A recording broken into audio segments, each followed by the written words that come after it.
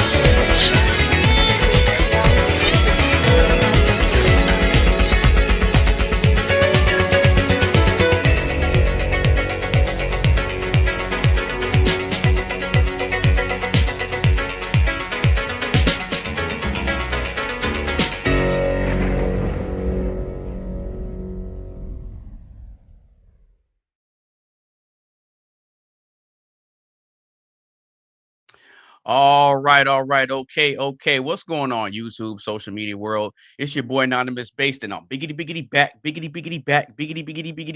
back with another episode of the Oxide Station podcast, where again I am joined with no starter panelists. All right, so quick announcements before we get into the show. If you are new to the channel and or the live stream, make sure you get a stream a like, share with a couple of your friends. Make sure you follow me on all my social media sites. And if you want to get in on the conversation while it's still fresh, go ahead and click the link that is pinned to the top of the chat. So without further ado, I'll go ahead and introduce myself since I'm so used to introducing other panelists. It's your boy Anonymous Based. I am the host and creator of the Outside Station podcast, along with me doing music, reaction videos, and other forms of content. So be sure to follow me on all my social media sites and make sure you keep up with me and every other guest that I have on my panels. So go ahead and get into a little bit of a weekly recap because I had my show last week. And as far as my week is gone, it's been pretty productive. I was finally able to get to the point where I pushed through the solar panel job that I was on for, I want to say, almost close to a month. Got done with that.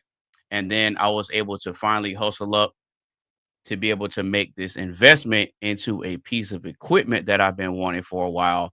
So I finally placed the order for that. And yeah, I just gotta wait to get the confirmation on the order, the processing, and the shipping. And hopefully, yeah, I'll get this piece of equipment sometime next week. So yeah, we got Mark Fowler in the chat. Shout out to you, bro. He says, I will pop in soon. Well, hopefully you do it because yeah, I'll keep the show going whether I have people on or not. So without further ado, that's pretty much my weekly recap. So I'm gonna go ahead and get into the first question. So the topic of today's show is the psychology of rejection. Now, one of the reasons why I wanted to come up with this topic is because I'm a firm believer that every single person on this planet at one point or another in life, we have all been through and faced rejection, whether it's being rejected for a job opportunity, being rejected in a romantic sense, being some people often get rejected by their friends and their family members. So, rejection hits us in a number of different ways from a number of different directions and a number of different contexts. So, in my personal opinion, when rejection does come, it's one of those situations where it's 90% of how you respond to things and 10% of what happens to you. So, in a general sense, from a psychological standpoint, a lot of times when things happen to us, 90% of how it plays out is based on our responses. And so when you really think about it and kind of peel the layers back, see, I'm the type of person where I like to prioritize logic over my emotions. And so when it comes to situations, I like to just process it first. And then I kind of have an internal dialogue with myself. And then I ask myself, is this something that I should get worked up about? Or should I just process it, figure out the best course of action, and then move forward? And I would say 99 times out of 100 is usually the opposite answer of me just processing it, figuring out the best course of action, and then I keep it pushing. So we got some more comments rolling in. We got Mark Fowler in the chat. He says he's watching. Shout out to you. He says, give me 10 minutes. He says he's helping someone with sound engineering. Okay, well, shout out to you, man. Yeah, hopefully you'll pop on here soon because with the way it's going right now, this show is not gonna be all that long. So with that being said, um, I gave a little bit of a precursor and a little bit of my reasoning behind why I picked this topic. And I also believe that this type of conversation, since the premise is so relatable, I think a lot of people will be able to gather a lot of value and insight from the conversation based on the questions that I was able to curate, and put together. So with that being said, I'm going to go ahead and be getting into the first question. So if you are new to the channel and or the live stream, make sure you get a stream a like, share with a couple of your friends. Make sure you follow me on all my social media sites. And if you want to join in on the live action, go ahead and click the link that is pinned to the top of the chat. And I will make sure I bring you up onto the panel. All right. So, first question of the show is this: why does rejection hurt even when it's logical? I'll read it one more time. Why does rejection hurt even when it's logical?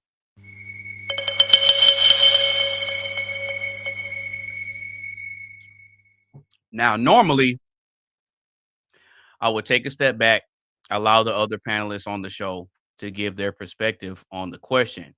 But since I'm doing the show solo right now until some people decide that they want to pull up, I'll go ahead and give my perspective so that way I can keep the show rolling.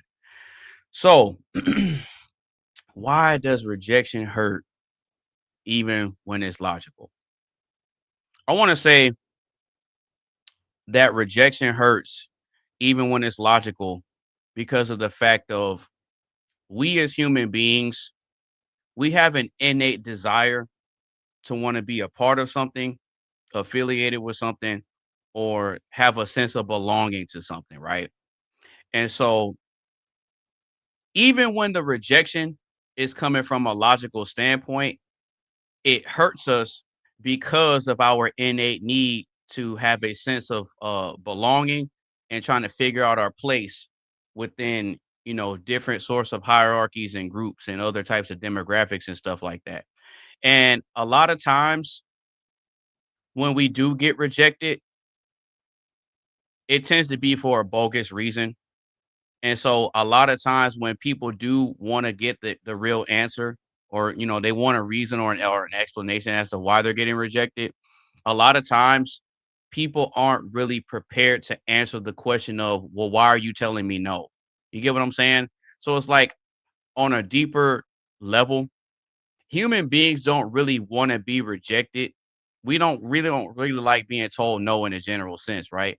But at the same time, in order for us to learn more about people in the world around us and learn more about ourselves and figure out how to navigate and become better versions of ourselves, at some point, you're going to have to go through some rejection because you're not going to appreciate the wins and the victories and the triumphs of life if you don't go through some setbacks and a little bit of rejection and being told no sometimes, right? So, on a basic level, it's going to hurt us, right? Because your immediate response in a general sense is going to be some sort of reaction of where you're looking, you're looking into yourself and you're kind of looking down on yourself and you're kind of turning your feelings and your emotions inward. And a lot of times when you do get rejected, you have that internal dialogue where it's like, well, what's wrong with me? Like, why am I not getting picked? Why am I not getting selected for the job? If you're approaching a woman and she rejects you, well, why is she telling me no, but she's giving the other guys a chance? It's stuff like that. And so a lot of times when we do get rejected for various things, our instinctual response is to look within ourselves and immediately look down on ourselves to say, we're not good enough. I'm not enough. Why me? Why me? Why me? But see, a lot of us go through rejection a lot when we're younger. And what we don't realize is that those rejections in the bigger pic, like in the grand scheme of things, those rejections are actually there to help us to be able to not only reflect and look inward, but to figure out ways in which we can improve, assess our mindsets, our strengths and our weaknesses and things like that, and figure out, okay, I might not be good at this, but I think I'm good at this. So if I'm getting rejected because of this and I'm not really that good at it, well, you know what? Let me not take it personal. Let me just let it roll off my back and figure out how I can get placed into a position to where I can be utilized because I'm good at this. I know I'm not good at this, so you know what? I'm not going to really trip about that. I think if a lot more people would adopt that type of mindset, it would help you be able to deal with rejection a little bit better. And I think in a broader aspect, you won't even look at it as rejection anymore. You see what I'm saying? It's more of, okay, I'm just not meant to go through this door, so let me try to find another door to go into, if that makes any sense. And so now when it comes to the logical side, a lot of times you may get rejected and the reason is 100% valid, right? You may get rejected by a woman because you're not her type. You know, she may not be into light skinned guys. She may be into more darker skinned guys, or she might not like black guys at all. She may only want to date white guys or only want to date whatever. People have their preferences and their standards that they operate on, and they have their reasons for why they say no, whether they're logical or illogical. People are still going to reject you regardless. So, in the grand scheme of things, if more people would learn to take their emotions out of situations and just figure out how to assess the situation, figure out what works and figure out what doesn't work, then I think that people in a general sense will be able to not only handle rejection better, but process it in a way to where they're not even looking at it as rejection anymore, if that makes any sense. If I were you, I'd keep those eyes closed. Cause I'm gonna play Monster Reborn. You what? Now I'll bring back a monster. It's the same one I just sent to your graveyard. My blue eyes! Yeah, man, I knew you could do it. Now that was impressive. All right, what's going on, Tizzle? I see you finally pulled up to the panel, bro. You already know my bad. I'm gonna be busy later today. With a neighbor of mine. We going to a cruise night. Okay. What's up, Man? man? You, that's what I'm talking about. Yeah. Wait, what'd you say? My bad. Yeah, I see you pulled up over here looking like Offset. Shout out to Nah, Offset. I wouldn't say I'm looking like no Offset. I probably look like an 80s, 90s type hip hop artist, MC or some shit. Oh, okay. Fucking blinging. Yes, sir. Well, no, this is my neighbor Jesse right here, by the way. Hey, what's going on, big dog? How you doing, man? Shout out to you, bro.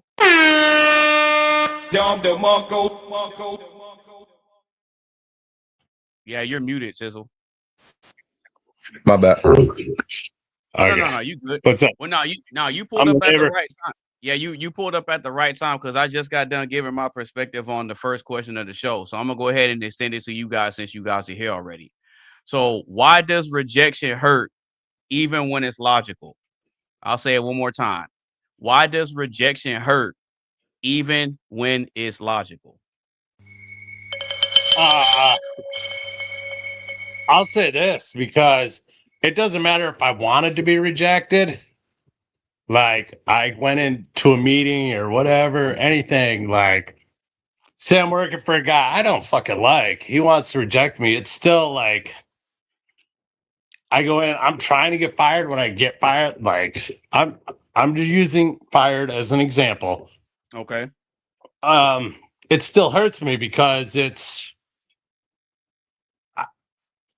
nobody ever wanted to be fired from anywhere. Like, it goes back to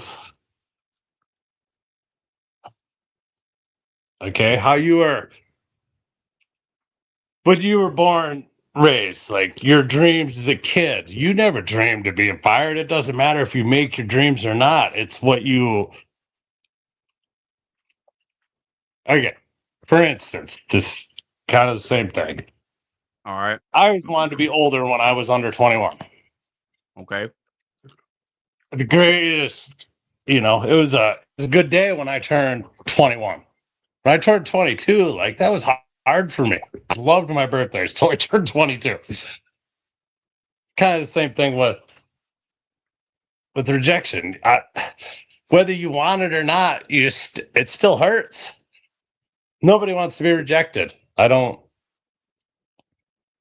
know how else to say it like that. So you're saying that rejection hurts even when it's logical because of the fact that no one wants to get rejected in the first place? Yes. It doesn't matter if you wanted the rejection from that certain thing, like you went into a meeting or whatever, like, I'm going to do whatever I can to fuck this job up. And you might play it off to your friends or like externally, like you wanted that. But deep down, you didn't. So it's almost like sabotage in a way. Yes. Okay, I got you. All right, Mr. Tizzle, why does rejection hurt even when it's logical? What you got for that, bro? I feel like because in the realest, it kind of sad part of reality, the truth usually hurts whether people like to hear it or not. Even when people think that it's false. Okay. So then I got a question for both of y'all then. So do you think that rejection is a necessary component for self-reflection and growth? Yes. 100%. Okay. No, that's cool because I'm a firm believer that it's necessary. But okay, now I do believe that, but there's also I went to private school. Larger private. Well, my was small. My high school was a very, very large high school. We had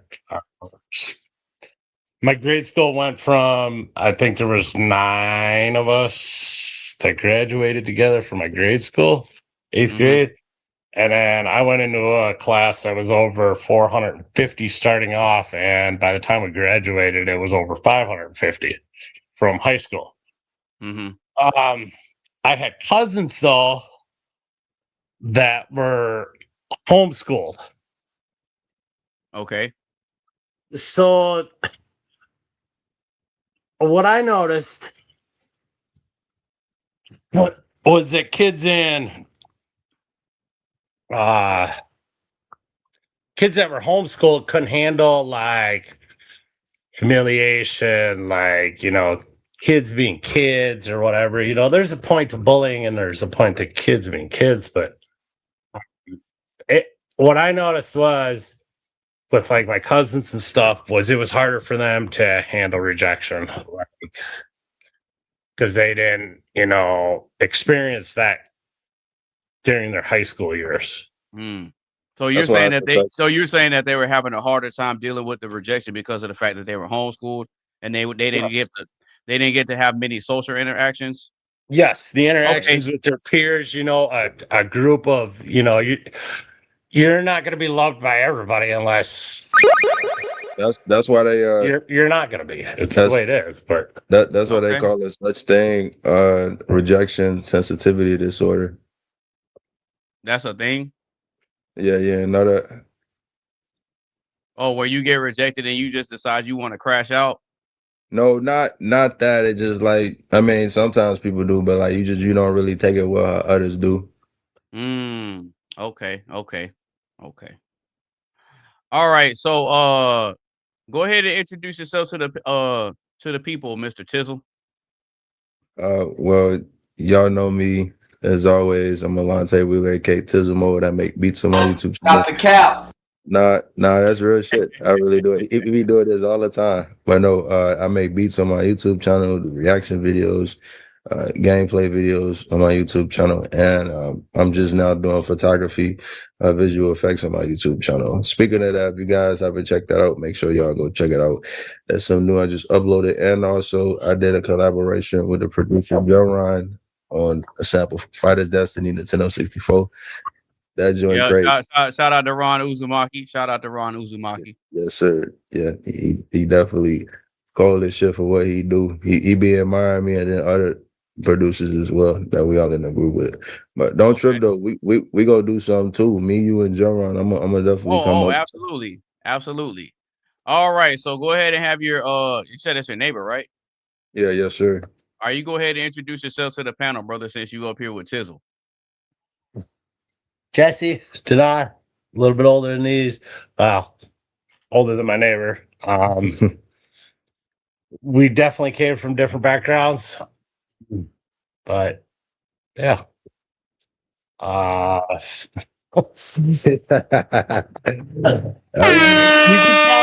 can tell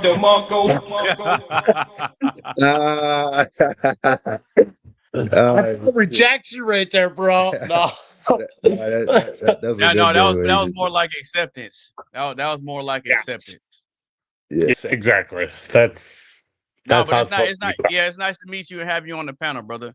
So anybody nice that's cool with Tizzle, anybody that's cool with Tizzle, that Tizzle wants to, extend the olive branch to pull up on the show and give their perspective, is somebody that I could see myself being cool with as well.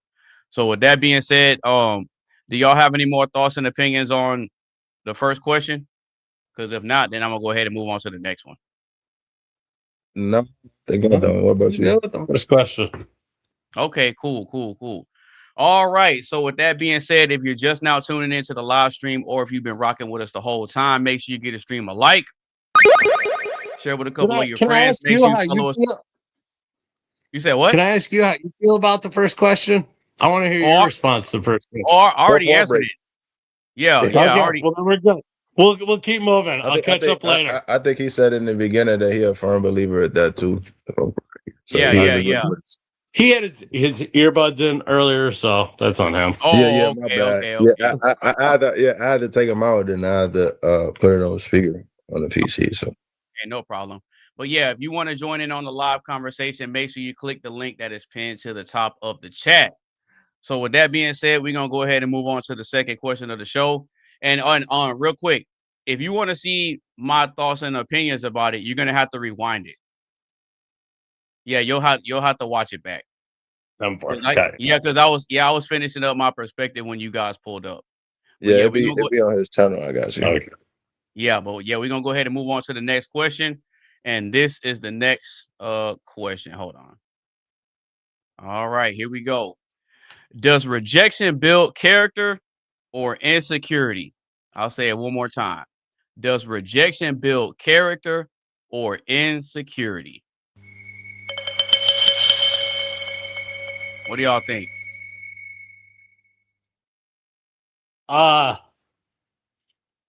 There's a lot of perspectives there. Oh, really? Oh.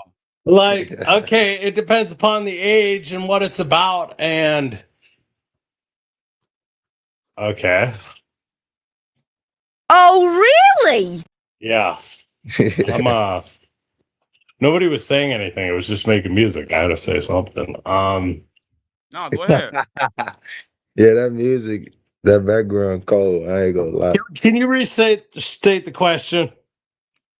All right. So the question is, does rejection build character or insecurity? I believe it could go either way on the situation. Like, all right, elaborate. Again, say it's a buddy. a friend, somebody you hang out with all the time, like if he rejects you to come to your rejection or just the same thing, to come to your like bachelorette party, and this isn't from experience, like on that situation, but it's gonna hurt more than like, okay, say it's somebody you started at the same company with the same time, Okay. and you've moved up faster, because you're not blind at work. You see who has a hard work ethic. Like for me, I always want to be, whatever I do, I want to be able to beat the best guy there. That's my drive at work. So like somebody that starts with me at work, like this, we started the same date. We're supposed to have the same job title, but if he shows up on my job site, like he lists, like, okay, him giving me, I don't call that, I guess I call it something else, but he's still rejecting what I said to do, you know, or whatever, or my idea, but we still end up doing my idea. Where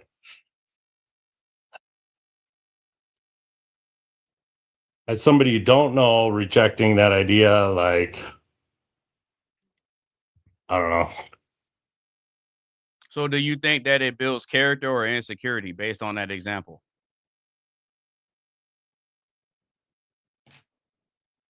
I think it builds character when it's somebody you know. But when it's somebody you don't, it builds insecurity. Like somebody you looked up to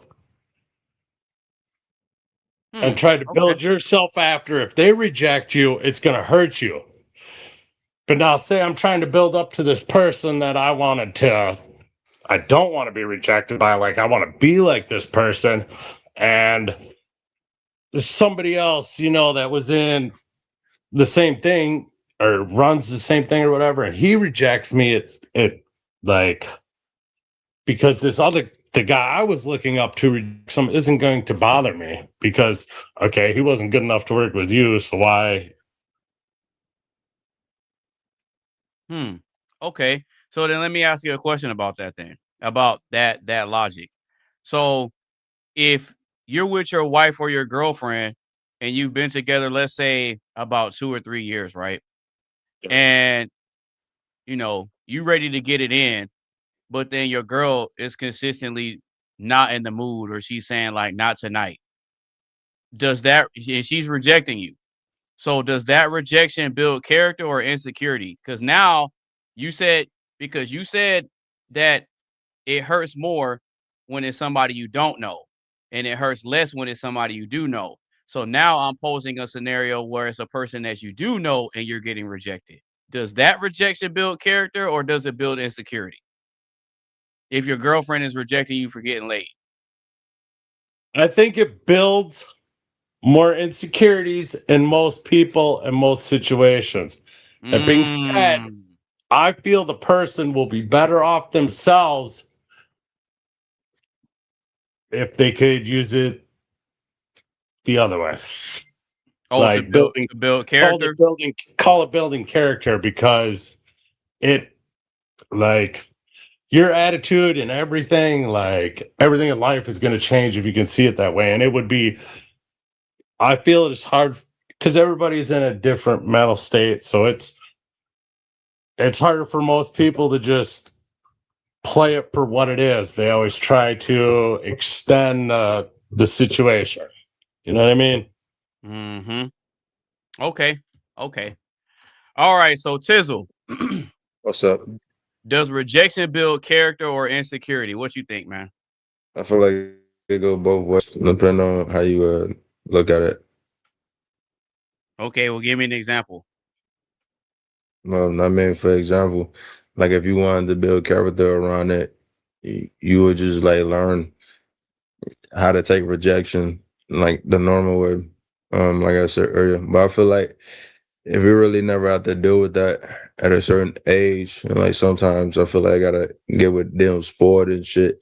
Like motherfuckers, like they not really saying like yeah to you and all that, but they giving you shit that you never had, and then like once you come to that old age, you gotta think about it as like, damn, okay, like they did that for me back then, like they keep, giving me and shit. It's like they gotta learn how to like, not have that. It's almost like a way of saying no, but not saying it, if that makes sense. Okay. So then let me pose a scenario to you. So we're on this topic of rejection, right? Yeah. So it's not always us getting rejected. Sometimes we're the ones that have to do the rejecting. That's true. Right?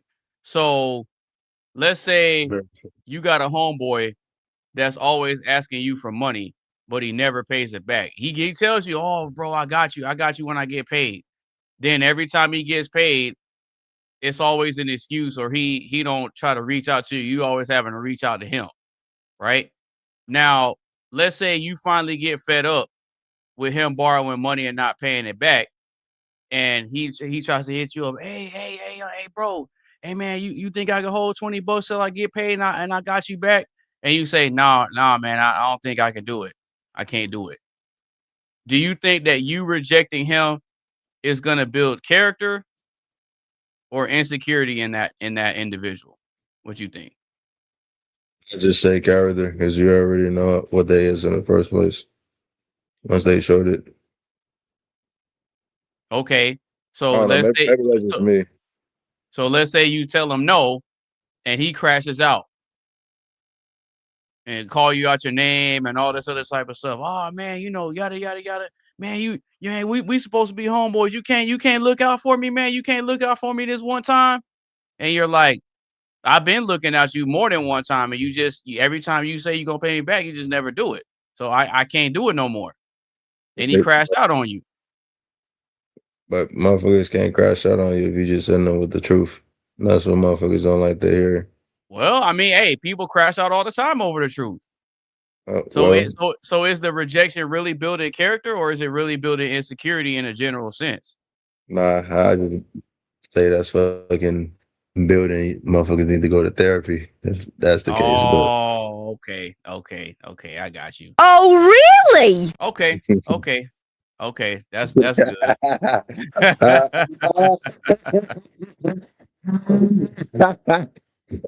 He liked it that one, oh, bro. Yes, Yeah, sir. That's funny. All right, so Yeah. we got somebody in the chat who says he's gonna be pulling up. He says it depends on the individual. If he's masculine, it'll build character. That is 1,000,000% true. But see, I don't think that logic only applies to men that get rejected. I think it can also apply to women that get rejected. Yeah. But Yeah. there is women out there that they might not look masculine or fucking act masculine, but they think masculine. Like that, and we associate that with masculine as a whole. Like most cultures, I can't say everybody, but most cultures or whatever, they associate that with being. I don't agree with that. Like, I think it's somebody who's in good mental space. Like, they look at the source. If it's a credible reason, say it's a friend that always does this, but say, hey, I always call this same friend for rides and they're always there and they'll never take money. And yeah, once in a while they have money problems, but you know what I mean? It's relationships are give and take. It doesn't matter what, like whether it just be conversation or whatever, but I believe the whole taking it as building character is just a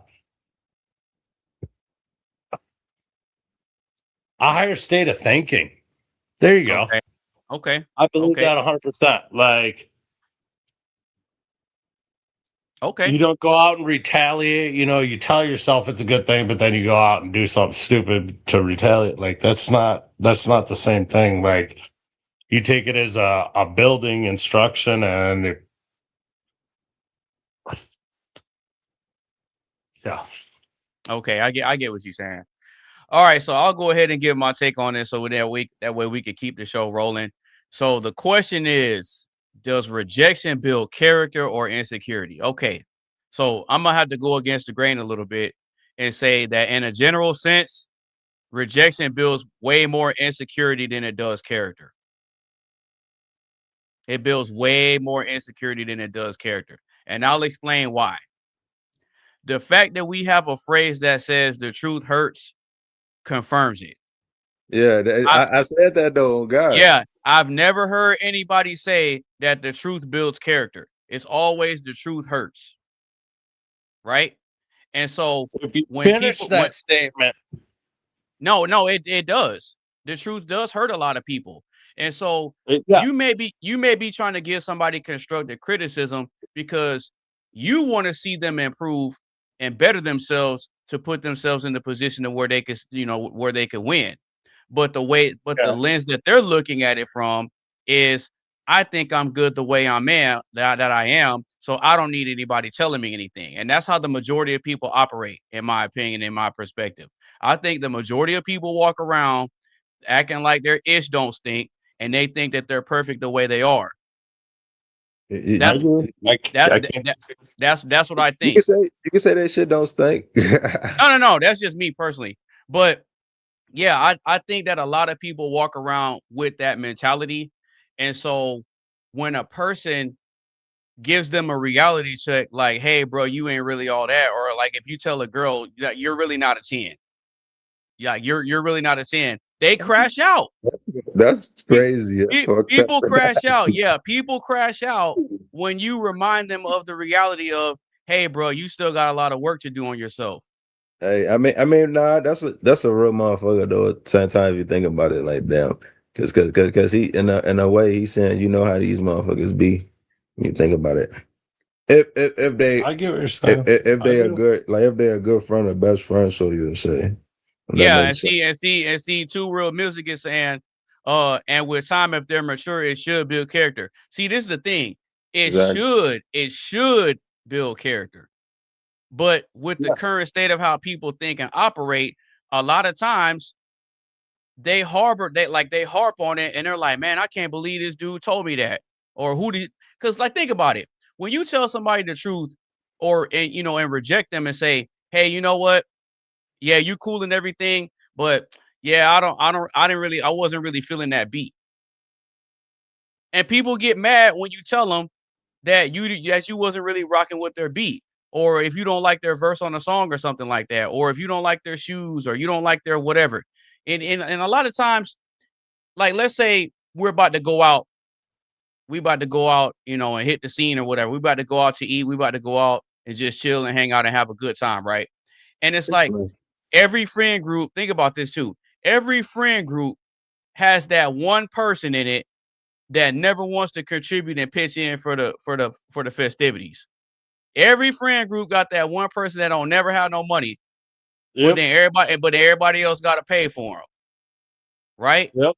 And then at a certain point, you get tired of paying for them, and you be like, man, Jamal trying to come hang out with us this weekend. It's like, man, you gonna let Jamal come hang out with us again? This dude don't never be wanting to pitch in. Like, I'm tired of paying for him, bro. Like, hey, tell him if he don't want to pay, he ain't rolling with us. Facts. Yeah. And then Jason got to be the one to tell Jamal, yeah, man, I chopped it up with everybody. They said if you ain't gonna bring no money to pay your way, then you can't come. Oh, that's all right. That's all right, man. I wasn't trying to hang out with y'all. No way. It be stuff like that. You see what I'm saying? No, look, no one will take that and say, you know what? You're right. I do need to pay for myself. I do need to hold myself accountable. They're not trying to hear that. They're taking it as, oh, you just hating on me and you just don't want me to hang out with y'all. So a lot of times they're not even processing the rejection in a way that's coming from a place of constructive criticism. You see what I'm saying? And that's the majority of people. And how do I know that it's the majority of people that takes rejection and it builds insecurity? It's because there's a smaller amount of wealthy and successful people than there is regular and average people. So if rejection built more character than insecurity, then we wouldn't be having so many people that are blaming the system and making excuses for why they're in the position that they're in. That's what it is. It's a true statement, bro. Like, for real. You can't. That's what I'm saying. So, like I was saying earlier, you have to get to a mental state where you're not taking rejection as a negative thing and you're just letting it roll off your back, and you're using it as a form of, you're using it as a tool to self-reflect and figure out what works and what doesn't work, and the things that you need to improve on to keep making moves to put yourself in a better position and just be a better person overall. Because once you go through the storm and you overcome all these hurdles due to the rejection, and it actually builds your character, and it puts you in a better position where people can look up to you and say, man, you know what? You know, man, I seen you. Man, I've been watching your come up for a while. Yep. I don't know how you do it. It's stuff like that. Yes. Because when you have wealthy and successful people that are doing speaking engagements, they have a crowd of people that are going through similar situations, who have been told no over and over and over, and a lot of them want to give up, and they say, you know what, I was about to end it all, but I decided to come to your seminar, and I heard you speak, man. I really resonated with what you said, and you really opened my eyes and changed my perspective. You see what I'm saying? That character that gets built through the rejection can then be a benefit and blessing to those who are still struggling with the rejection, if that makes sense. Or am I tripping? No, you are. I couldn't agree more. Like, I think there's times in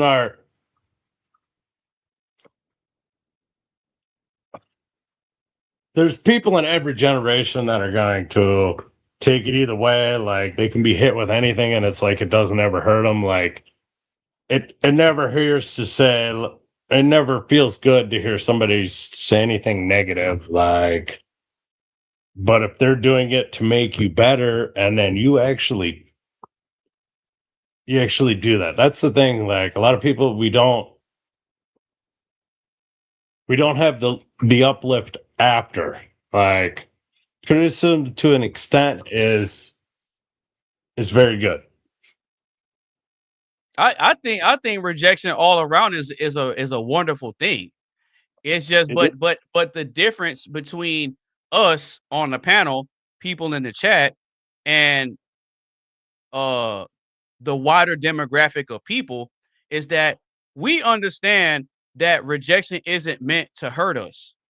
It's meant to remind us of things that we need to work on, so we can stop. We can take a pause and say, you know what? Okay, they said no.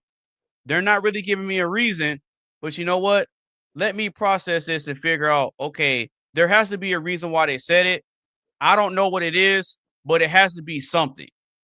So then when you're going through your mental Rolodex of things that could possibly read wrong, at some point, I think it clicks for you. And then you say, you know what? Just because they said no and rejected me doesn't mean everybody's going to reject me. 99 people may have told me no, but at least one person is going to say yes. Exactly. It's always. And when when you come across that one person that says yes, it makes all the 99 no's worth it. You're right. 100%. And so Two Real Music is in the chat still. He says, I showed my bro a new intro I made. He didn't like it. I went straight back to the drawing board with no lag. See what I'm saying? I'm finna sub to your channel right now. Yeah, you see what I'm saying? So it's like, what was he trying to? Go ahead. You know, there's somebody said, like, okay, I said, I'm trying to get into music, and he sang for me, and I'm like, bro, like, just fucking give it up. Like, it's not for you. Or no, like, you know what? I'm glad you said that. I'm glad you said that, because the point I was making earlier one of the most irrefutable forms of proof that rejection builds more insecurity than character is watching those American Idol auditions. Hey, I just subbed to the channel too. There's American Idol audition compilations where you see people they cannot sing and no one's ever told them that they can't sing before, and they finally get hit with the reality, and a lot of those people crash out. Exactly, because they never had the rejection and figured out how to deal with that shit themselves. Like, if you, it's never good to hear anything negative, and anybody thinks that is, unless they, twisted in their mind, like, I hear something negative, that's, something to improve on. Well, it is to an extent, a healthy extent, but, fuck. If I were you, I'd keep those eyes closed. Cause I'm gonna play Monster Reborn. You what? Now I'll bring back a monster. It's the same one I just sent to your graveyard. My blue eyes! Yeah, man, I knew you could do it. Now that was impressive. All right, look at who showed up on the panel. What's going on, Mr. Mark Fowler? Funny as hell right here. You got your haircut, yeah? You good? Yeah, we can hear you. You got your haircut? Or it's just dark? No, man. I'm just sat outside in my in my quiet little garden space. My quiet little garden space. It's nice and... that is a bro said garden space. Yes, now sir. you pulled up at the right time while you over there sitting in the darkness taking a drag of the fag. But we discussed. Crazy, say, come on, AB. Hey, you gotta be careful how you say that. It depends on what country. No, he's smoking a cigarette, bro. No, he's smoking a cigarette. Yeah, I am smoking a cigarette. Yeah. I said yes. He's taking a drag of the fag. Not when you said it, but I was. Yeah, bro, we're good. Oh shit! I told you he funny as hell, bro. I haven't even said anything yet myself, but anyway, hello. Nice to meet you. As soon as I said that, they were like, "Wait a minute." True. We call them fags. We call them fags. That's decided. There's the interaction was just like y'all shit was in the movie scene. I can't imagine that shit in my head. Yeah. But you pulled up at a good time of the show, man, because we're on the second question already. So I want to go ahead and get your perspective on it, so that way we can keep it rolling. So does rejection? So in your opinion, do you think rejection builds character or insecurity? Because I just gave my perspective. What you think? I think that 100% it builds character. Okay. I don't know. I didn't hear what you. Really? Yeah. I think like you have to go through rejection in order to better yourself and understand why you were rejected in the first place. You know what I'm saying? It's like, I think we discussed like feedback last time I was on the podcast. Yeah. And I find like rejection a good form of feedback, because it's a way that we can some people don't have the ability to internalize and listen to what other people have got to say. But I think like we can build and learn from it. Now, whether you want to change yourself as a person is entirely on you. And whether you want to take other people's criticism on the chin is entirely on you. But I do think that we can learn from it. But whilst remaining, a self-preservation. You don't have to change to appease to other people, but you can certainly like learn through rejection and learn not to repeat the same mistakes over and over and over again.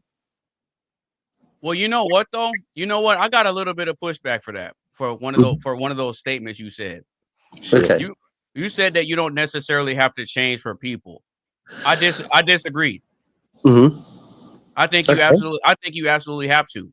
Little disagree or big disagree? It depends on who you're changing for and why you're changing. You know, I think sometimes you have to change for the betterment of certain people, but you have to select carefully who you're changing for, you know, and why you're changing.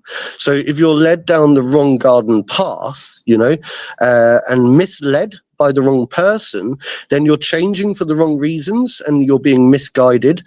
I think so long as you can learn to identify who, you know, and be able to walk away from anything that's negative, then you can follow and change for the right people. Like I changed because I changed for my family.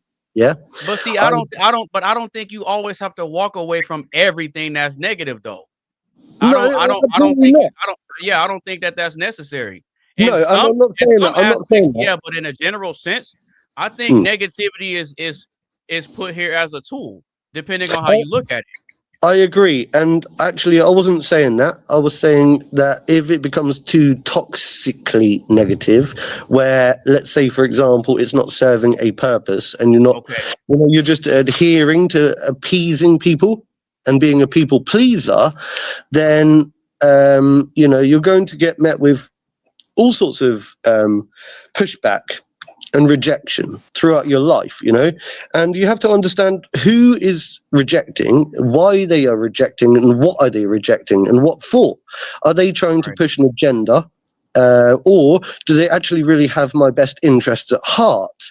Now, I think that a lot of people fail to identify and they get misguided, and then they end up in all sorts of different cults, you know, following and trying to appease to the wrong people, and they can't handle rejection because they are trying to please the wrong people, and they're constantly rejected, you know, constantly rejected. I think if we can focus on the right people, then it depends what we mean by rejection. I don't mind people rejecting certain things that I say, you know, per se. But that's we don't want it, but it's inevitable. Right. Right, and that's okay. It comes from the right thing. It starts more at the beginning, like the person that's saying it. Like, okay, say I see I'm walking down the street and I see this fucking. I'm sorry. Say we see this crackhead and he's like, you know, he says something about something I'm wearing, and I'm like, you know, you got to consider the source. So. Right. You know what I mean? Like, we gotta eliminate some things here. Like, okay, we can even take this to. I don't want to get on politics or anything like that. But do you believe in Kamala or do you believe in Trump? Like, okay, so you hate Trump like some people do, or you hate Kamala like some people do. Like,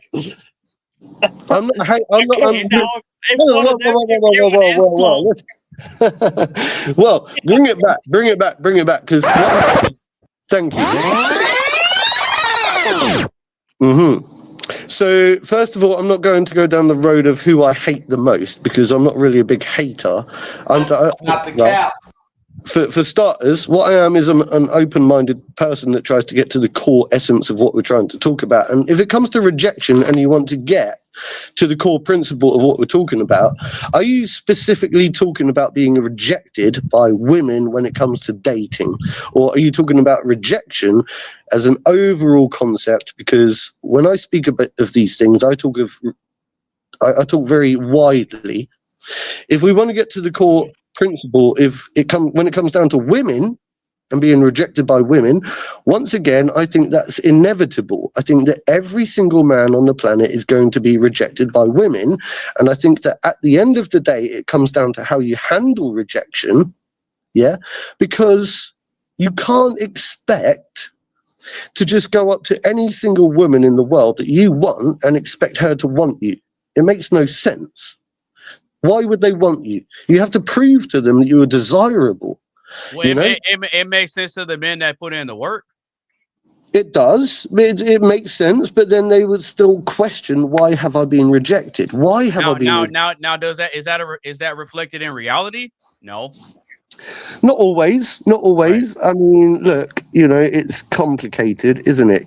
There is no roadmap. If there was a roadmap, then we would all just be able to go up to a woman and not be rejected. You know what I mean? But it doesn't work. He said it's complicated. Hey, shout out to my boy. It's complicated. He's a rather popular content creator, and he and I communicate on a regular basis. He has a way bigger channel than mine, but I've done a lot of reaction videos to his content. And so, he followed me on Instagram, and he reached out to me like, hey, man, I like your videos, bro. Sure. Well, that's good. It's good. I mean, I'm glad that good people are tuning in and listening to what we have to say. I know that I don't have all the answers, and I never claim to have all the answers. I'm very opinionated in my the way that I articulate. And so I know that sometimes I get humbled, and I'm more than happy to be pushed back on. I think you and I both are very opinionated. I think so, to say the least. I know I'm opinionated. Yeah. Hey, Tizzle can vouch for that. Tizzle knows I'm extremely opinionated. In my opinion, though, being opinionated or being opinionated. Oh, I've lost him. Hello? Oh, you lagging over there. Oh. So when it comes to being opinionated, okay, he's back. Miss Lady. While we're waiting for him to reconnect, when it comes to being opinionated, do you find it difficult when people reject your opinions? Because you're talking about like rejection. Oh shit. No. I don't get offended. No. No. Me neither. What do you find?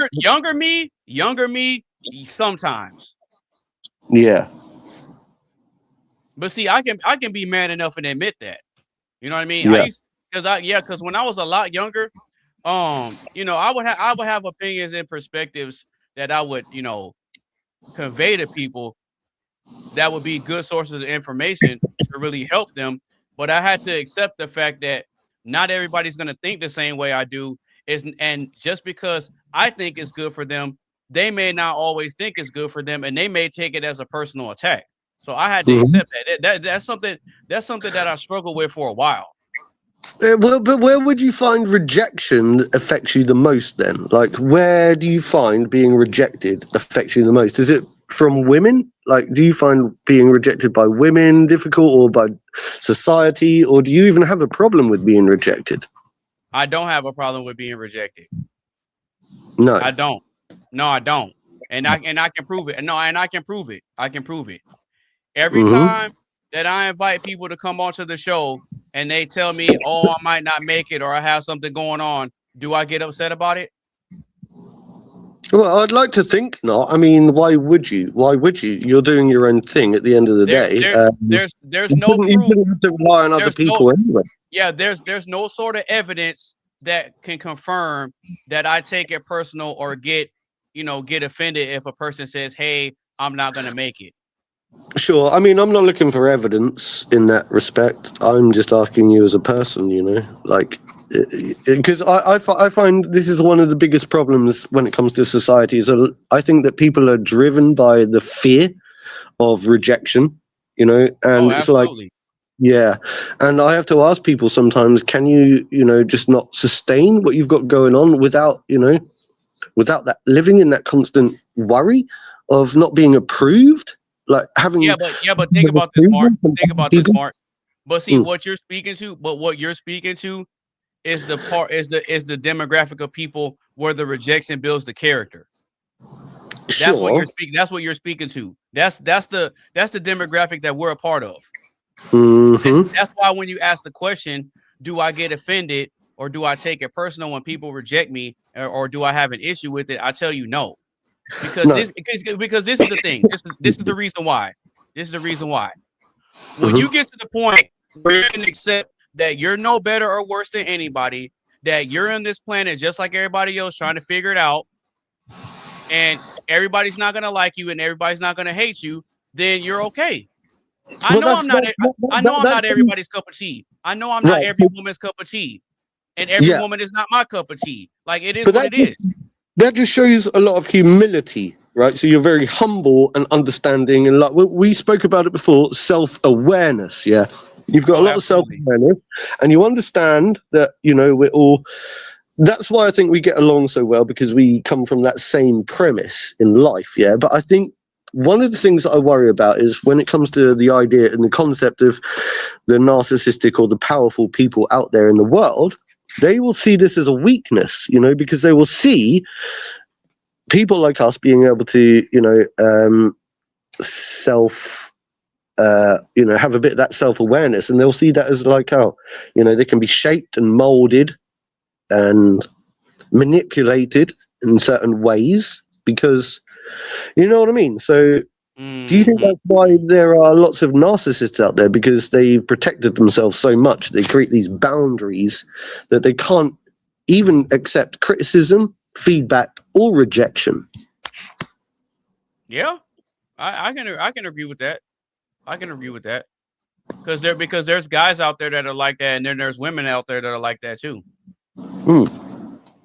Well, they take criticism, they take criticism and feedback as personal attacks.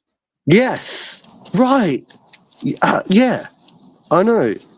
And the thing is, though, I think that we're all guilty, and we're all guilty of doing that. But I think that some people are able to go away afterwards and say, "Do you know what? I realised that it wasn't a personal attack," and they have to maybe spend a bit of time thinking about what was said to them. And you know what's interesting about that, Mark? Is that you've had those moments yourself. Oh, I have them all the time. Where things were said on the panel, and you responded a certain way, but then you're like, you know what? I was watching, I watched the podcast back, and then I realized It happens all the time. So you go through this on a regular basis. Sure, and I'm happy to openly admit that. I think a lot of people in the big wide world struggle to admit that they have their own flaws in the world, and they're unable to self-reflect, and I think that's the issue, and that's what I try to get out there into the big wide world, that no one's perfect, and I'd never claim to be perfect. And when it comes to the concept of rejection, I understand why people reject me. There are multiple reasons why I get rejected by certain people, but then at the same time, I'm accepted by so many people that I love that I don't need to adhere, or I don't like the rejection. Just I can brush it off in a way. I still want to hear it. I still want to get that feedback. I still want to learn about what I can do better and better myself as an individual, not just for myself, but for everyone else around me. Right. But I'm not going to be also guided by, let's say, a cultist type ideology that demands that I must behave in a particular way to appease to them and their way of thinking and that kind of stuff, because that becomes different. It becomes a completely different thing. Mm-hmm. Yeah, that sounds good to me, man. Shout out to you. I'll let our guests speak more. I'll shut up a bit. Well, yeah, I was just about to ask Tizzle if he has anything else he wants to add before we move on. Let me see.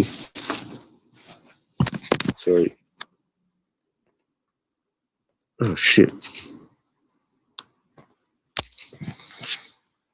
Yeah, he's probably not going to have anything else to add. Yeah, Tizzle's. Well, he got up. Yeah, he got up to go do something. But yeah. Do you have any? Yeah, do you have any more? No, you good, bro. Do you have anything else, like any other additional comments, perspectives that you want to add to this question? No, not that I know of. Okay, all right. Well, I'm just to let y'all know, this is probably going to be one of the shortest shows. That's fine, man, because I'm not going to be out all night. I'm heading back upstairs in a minute. I've got things to do as well. Oh, okay, yeah, because I got a show to go to tonight to get some performance footage that I'm getting paid for. So, oh, sweet. Yes, sir. So I'm gonna have me some more money to make. So, but in the meantime, we're gonna go ahead and get to this last question, so we can go ahead and wrap the show up. Do our final thoughts and all that type of stuff. I can tell you guys next week's topic and then we get y'all up out of here. How does that sound? That sound Sir, good? that's cool. All right, cool. All right, so Yes, if sir. you just now I'm tuning gonna try in to to the take some live fire stream, pictures of this car. right? All right, so if you just now tuning into the live stream, or if you've been rocking with us the whole time, make sure you get a stream a like, share with a couple of your friends. Make sure you follow everybody on all their social media sites. And if you want to get in on the live action for the last question, go ahead and click the link that is pinned to the top of the chat. All right, so last question of the day is gonna be this: how can rejection become a superpower? I'll say it one more time. How can rejection become a superpower? And while Mark is getting his internet situated, he has plenty of time to come up with his response. All right, so Tizzle. I feel like it's like a superpower. Yeah, for real. I feel like Yeah. What's up? Yeah, how can rejection become a superpower? What you think? I feel like it can become a superpower because, you know, when you get probably heard that a lot, it probably changes your character and how you look at people is in different ways, if that makes sense. So like you said in the beginning, like you got that one homie that, you gotta always ask for money and he don't pitch in, you gotta be willing to do stuff, which I don't know. I think I came with this quote myself. I said, sometimes you gotta do things that you think that, sometimes the hardest things to do in life is sometimes the things you don't want to do, but they get you better. That makes sense. Yeah, that's 1,000,000% a fact. That's 1,000,000% a fact. I peeped that you pulling me by eating on the podcast. I was just about to say that. What you eating? It look good. Eating some Chipotle, brother. That man got some Chipotle. Yes, sir. Yes, sir. Bro, I swear to God, I be getting they rice bowl. That shit is too good. I think I still got that's literally what I have. Cause I'm at San Antonio, right? Yeah, I'm San Antonio, right? Mm-hmm. So not far from my house, they have a Chipotle, not even 10 minutes away. And so I hadn't had Chipotle in a while. So I said, you know what, let me go over here to Chipotle and just get me something quick, because I was running a bunch of errands today, and it was already after like 3:15. So I'm like, man, you know what? Let me stop over here at Chipotle, get me the one of these bowls with the white rice, the Chipotle honey chicken with the shredded cheese and the queso on top. I would have got it with the beans, but they said they're out of beans. Damn. Hey, I can tell you what I be getting on, bro. You might fuck with it. I get the Chipotle bowl with the brown rice, steak, queso, shredded cheese, guacamole, white corn, pinto beans, and mixed fried vegetables. Yeah, you kind of lost me with the vegetables and the corn. The vegetables, what's wrong with the vegetables? Vegetables good. Nah, like for me, if I'm gonna eat certain foods, then I like my bowl to be straight to the point. I got rice, chicken, rice, chicken, and cheese, and beans. But they didn't have no beans. But that's the beauty of it, though. Every human got their own preference. So you might be like, Now every now and then I'll get sour cream and guacamole in my bowl. Okay. But today I wasn't really feeling it. I just wanted to get something that was to the point, because your boy was feeling a little famished. Yeah, your boy was feeling a little famished. Look, your boy was feeling a little famished today. You know what I mean? Yes, sir. Yeah. But no, I'm feeling pretty good for the most part, man. For the most part. All right, so what more did you have to add to the how can rejection become a superpower? I feel like it's almost similar to ADHD a little bit, not all the way. I feel like you gotta have a what's the word? You gotta have like hypersensitivity response and reaction to something that you know that's not going to benefit you in the long run, if that makes sense. Elaborate. So what I mean about that is, I mean, like, if you know, it's like, I probably would kind of explain it like almost like similar to like how you know in the gangster movies and shit and be, or like when in a show they like one person do like a deal, and maybe whether it's like a drug deal or like maybe some shit, like they gotta deliver a crystal to this person for an amount of money and all that. Like everybody know how it goes. You get what I'm saying? Like one person's gonna say that it was this price, and then the other motherfucker gonna be like, nah, you said it was that, and then like that starts to build tension, and you know, then that's when motherfuckers, like, both of them, they kind of think to themselves like, I can't, like the one motherfucker thinking like I can't trust him, and then vice versa. That makes sense. You get what I'm saying? So it's like you gotta know what's a good deal and what's not, in other words. Oh, okay. I got you. And you know what? I can agree with that. I can agree with that. Yes, sir. All right. That's why I said that, just in case if that makes sense a little bit. Okay. No, that makes sense. Well, because when you added the additional context to it, then it made a lot more sense. All right. So, I mean, you have anything else to add, or is that it? No, sir. Nope. All right. Cool. All right. So I'll go ahead and give my perspective on this. That way we can, close out the conversation. We can chop it up for a little bit more. I can introduce next week's topic. We do final thoughts and all that, and then we can get you up out of here. Cause I know it's Saturday, and people be having stuff to do. And like I said earlier, I got a show to go to tonight. It's not until around like 8:30, but still. All right. So how can rejection become a superpower? All right. I think I think that rejection can become a superpower once you're the person that's doing the rejecting. Yeah, of course. Does that make sense, or am I tripping? Nah, you ain't tripping. It's almost similar to what I said. You absolutely correct. Right. Once you receive some, a lot, like I said, it changes you as a person, whether it's for the better or the worse. Right. So I think that when you become the person that's doing the rejecting, it puts you in a better position psychologically to be able to see both sides of a situation before you make your choice. If that makes sense. That part. Nah, for real. And I'll give you a perfect example of dynamics where rejection is a superpower in the courtroom. When you have the judge is in the position to dictate who wins and who loses in a court case, right?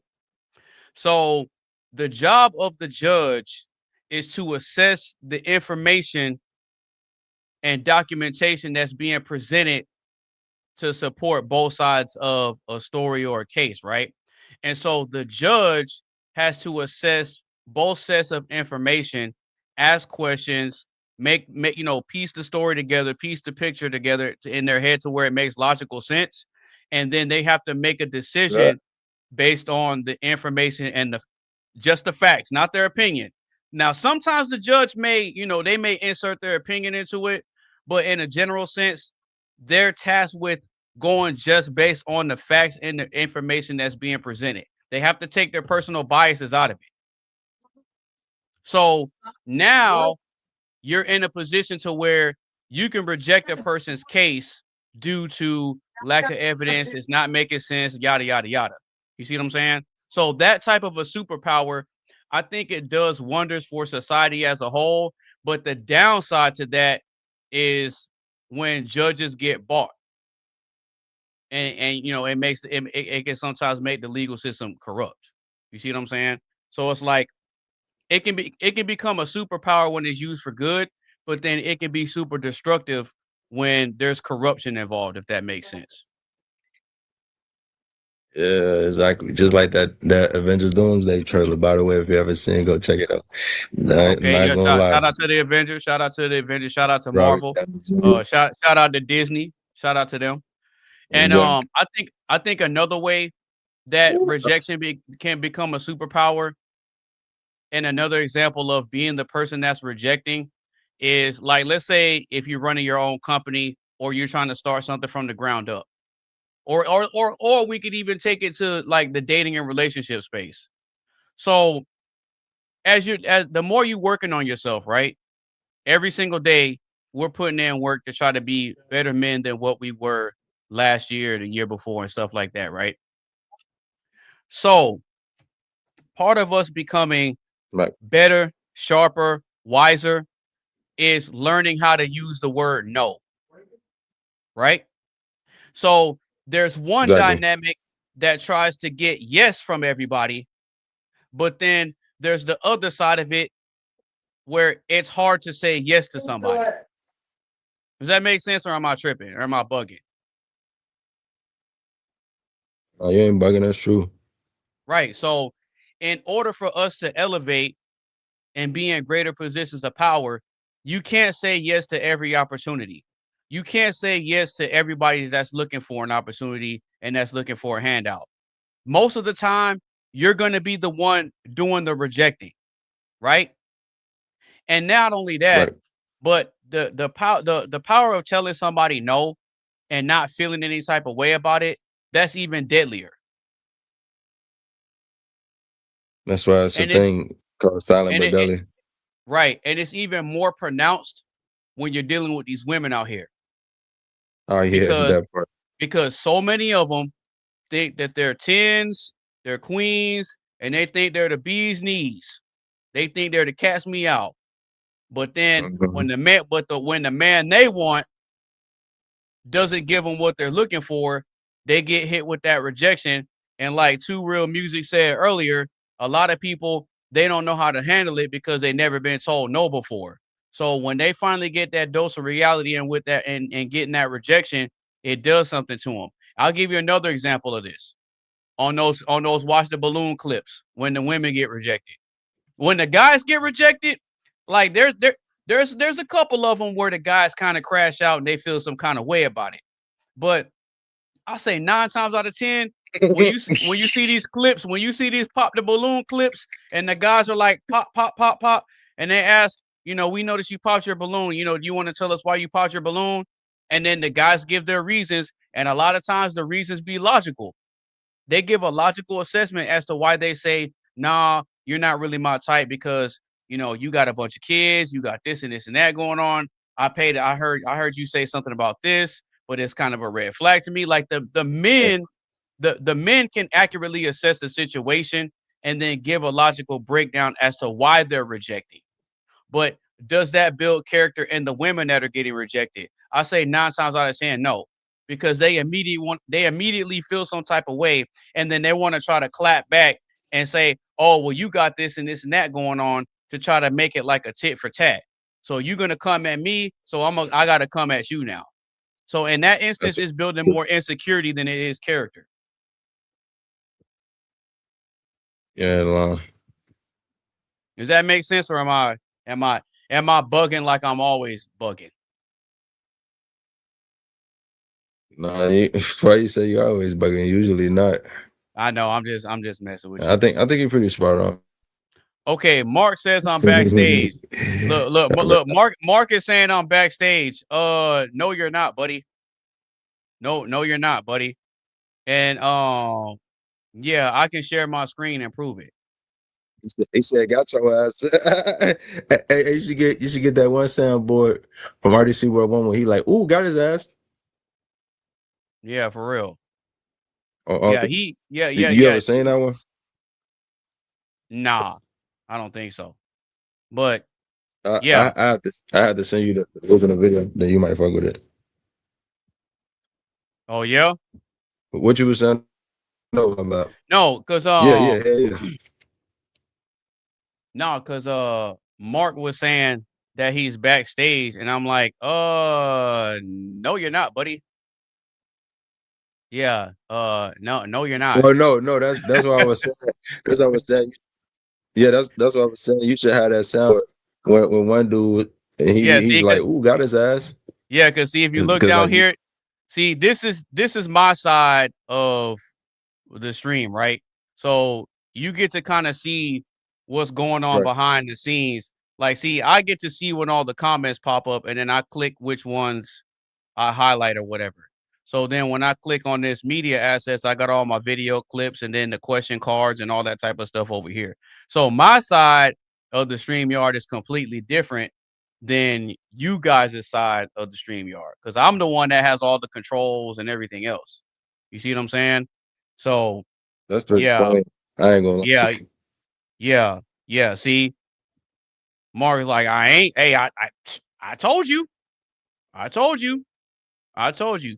Look, Hey, we hey, we had we hey, have no reason to be over here lying on the podcast, bro. Stop the cap. facts. Okay, so we got somebody. Ricky Cayenne 4790 says, "Does a woman who comes back after they dumped a guy but gets rejected by the guy become obsessed with the guy?" Well, I think more often than not, that's typically the case. Yeah, I think that does happen a lot, because if a woman, if she breaks up with a guy because she thinks that she can go out and find better, 9 times out of 10, she's out here riding the cock carousel. She's out here They let busting that it open. bitch man better. She's out here, she's out here busting it open. She's over here busting it down for a real one. She belongs to the streets. And then, after she's tired of getting Oh, pumped bro. and dumped and she wants to get a little bit more stability in her life, I'm that's when thinking, she starts reflecting on, you know what? Tyler was a really good man to me. You know what? Let me go back and see what Tyler got going on. Meanwhile, Tyler's been working on himself. He's been in the gym. He started a business. He's on his grind. He's elevating. He's reading a lot more. He's educating himself on a lot more things. And then Melissa wants to come back to try to get with Tyler. shit dead. Fuck no. Look, Tyler got a new girlfriend and everything now.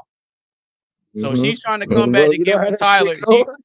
She's trying to come back. She's trying to come back into the picture and get back with Tyler. I realized that, you were a really good man to me.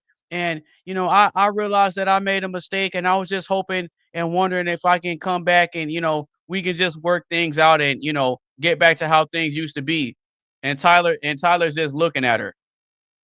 Tyler's just looking at her. And the one thing he just says is, Stupid. For real. You should have realized what you had when you had me. You Well, chose to reject me for whatever reason, and I had to accept it as the man. All right. you know I'm what they not going say? to. Yep. Tyler told Melissa, I'm not going to tie you down. If you think that there's better out there, okay, cool. I'm not going to stop you from being happy. She goes out there and realizes it ain't what she thought it was. And now you want to try to double back? Nope. That's not how that works. It's not how that goes. Absolutely not. So, guys, whenever a woman breaks up with you and she thinks that she can replace you and find better out there, and then she realizes that she ain't going to find another guy like you, and she's like, you know what? Let me try to spin the block and come back. As soon as she comes back, you got to hit her with this. This isn't good for your back. I brought this on myself.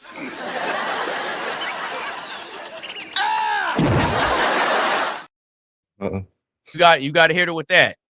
You got to hit her with that.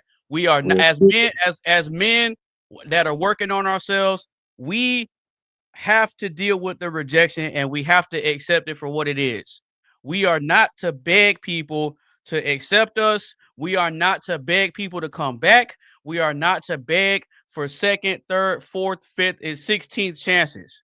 If a person makes up in their mind that they don't want to be with you, or that they don't want to rock with you, that they don't see your value, okay, cool. And you have to have the mindset of, okay, just because you don't see my value doesn't mean the world won't see my value. And when more men start to adopt that mentality, we will have way less suicides behind these women breaking up with these dudes and doing these men wrong, cheating on them and having babies by other dudes, and then tricking the good guy into raising them. No, we're not doing that. We're absolutely not doing that. It's already bad enough that we got to get out here and make something happen. We got to try to get it out the mud for real. because there ain't nobody gonna save us as men. The world rejects us on a constant basis if we're not trying to bring something to the table, and we just coming in with our hand out. Women can get away with it in a general sense, but us men ain't happening. Ain't happening. They're gonna look at you and say, "Well, you're an able-bodied man. You need to get up and figure it out." That's why there's way more people at the food stamp office trying to get government assistance than men are.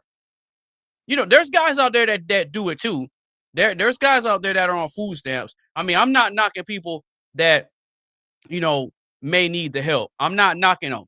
So don't take this as, oh, he's trying to down talk people that are on government assistance. Not what I'm doing.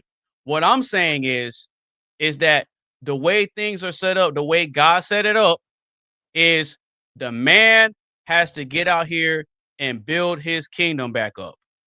We have to be the ones to build the kingdom, right? So then, Tizzle, once the kingdom is built, after we earn our stripes and our scars, then we're in a position to where we can be where we can give out the rejections. We get to pick and choose who we give our relationships to. We get to pick and choose who we take out on dates. We get to pick and choose who we get down on one knee for and say, you know what? I think you're going to make the cut. Here's this ring. Do you want it or not?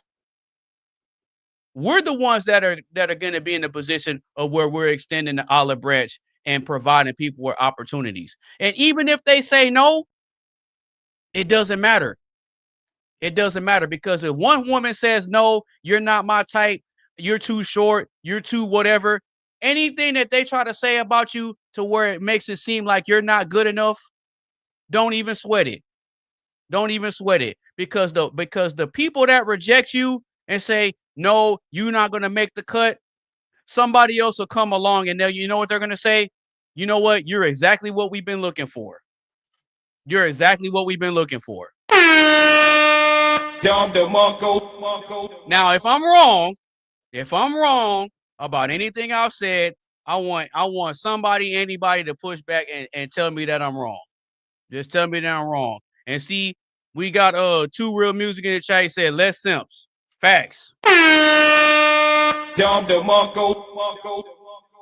Mark saying, am I backstage now? No. You still not backstage, brother. You still not backstage, brother. But does that make a lot of sense? Yeah, you know it, dude. Yeah, because think about this, Tizzle. Think about this. I've been rejected plenty of times in life. Jobs, for the best of friends. Yeah, exactly. Jobs, friends, women, you name it. I've had to deal with a bunch of rejection in life. I'm assuming that you've dealt with tons and tons of rejection in life. But at a certain point, in the beginning, it makes you feel some kind of way. Right? Because it kind of make you want to be better for yourself. Right. But see, in the beginning, we're looking inward and we're saying, you know what? Well, what is it like? I know I'm good. Why don't they pick me? Or why don't they give me a shot? Right? But just because you see your value doesn't automatically mean that that world outside of yourself is going to see and recognize that value. And that's the hurdle that we have to get over in the beginning. So it's like the sooner that you get over that hurdle and you understand and accept that you're not going to be everybody's cup of tea and everybody's not going to be your cup of tea, I think the world will be a better place, especially from the male perspective. If more men would adopt that attitude, it'll be just like what Two Real Music said in the chat. Less simps. True. Less simps. Because think about this, Tizzle. If the men are supposed to be the leaders, the providers, and the protectors, it only makes sense that we're the ones that's in the driver's seat. It would only make sense that we're the ones that's handing out the opportunities. And it would only make sense that we're the ones that are saying, yes, yes, yes, no, no, no, no, no, no, no, yes, yes, yes, you come over here. That's our job. That's our job. So, like I said earlier, if more people would learn to take rejection as a form of self-reflection and self-assessment to figure out how to better themselves, I don't think we would have a society of people like we do now that are desperate to try to fit into some sort of group or belong to something. You want to know how I know that we have a society like that? Go to any social media profile and the person's a liberal. They got all the hashtags, they got all the Black Lives Matters, they got all the hashtags, all the whatever. They got all the labels on their profile. Because they're desperate to try to belong to something. But see, for people like us, we don't have to put all that on our social media profile, because if you rock with us, you rock with us. But if you don't, you don't. And it's cool. Exactly. We don't have to go above and beyond and try to portray ourselves as something that we're not, to try to make ourselves seem appear a lot more important than we really are. We're just moving we're just doing and moving. We're just doing what we got to do, getting our money and getting out the way. See what I'm saying? Because in my honest opinion, and I haven't met you in person yet. I haven't met you in person yet. Notice I said yet. But based on what a lot of us have gone through, I know you're gonna come see. Yeah. I think that the type of guys that we are, the rejection we looked at it a different way. We took the rejection as an opportunity to work on ourselves and build our character. And I think that as a byproduct, a lot of us ended up crossing paths at one point or another, right? Because you and I eventually crossed paths. We got Super Triz in the chat. Shout out to Super Triz. Yeah. So at some point, the like-minded people are going to cross paths. We're going to have conversations. We're going to crack jokes. We're going to have disagreements. We're going to butt heads. But the commonality with all of it is that we took the rejection and used it as a tool to build our character and become better men. And because of it, we're sitting here today and we're not up here trying to be suicidal like a bunch of these losers out here. You see what I'm saying? This is why I said earlier that in a majority sense, rejection builds way more insecurity than it does character. Because it's so common for people to always be looking down on themselves and having a victim mentality, that when you meet somebody that doesn't have a victim mentality, it's almost like a shock. Like, wait a minute, what makes you different than the rest of us? Does that make sense, or am I tripping? No, you're correct. Okay. All right, so we got Ricky Cayenne back in the chat.